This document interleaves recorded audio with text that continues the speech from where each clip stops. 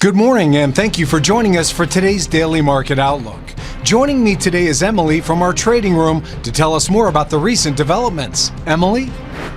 Gold prices extended gains after traders added to expectations that the Federal Reserve will deliver an interest rate cut next month, following the latest US economic data. Spot gold was up 0.6%. Wall Street's main indexes were slightly lower as investors looked to higher than expected inflation and unemployment claims for indications on the health of the US economy and the path for interest rates.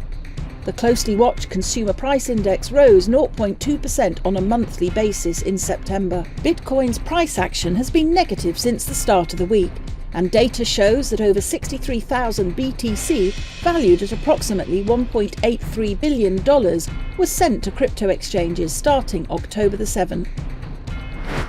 The euro-dollar pair traded sideways in the last session. According to the stochastic RSI, we are in an oversold market. The Bitcoin-dollar pair plummeted 1.3% in the last session. The MACD is giving a negative signal. The pound-dollar pair traded sideways in the last session. According to the stochastic indicator, we are in an oversold market. The Aussie gained 0.3% against the dollar in the last session. According to the CCI, we are in an oversold market. Finland's current account will be released at 5 GMT, the UK's industrial production at 6 GMT, the US Michigan Consumer Sentiment Index at 14 GMT. Japan's CFTC JPY NC net positions will be released at 19:30 GMT. The UK's gross domestic product at 6 GMT. The US Producer Price Index at 12:30 GMT.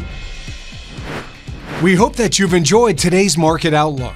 On behalf of all of us here, we wish you a productive trading day. Be sure to log in tomorrow morning for the latest news and events from the financial markets. Your trusted choice in online trading.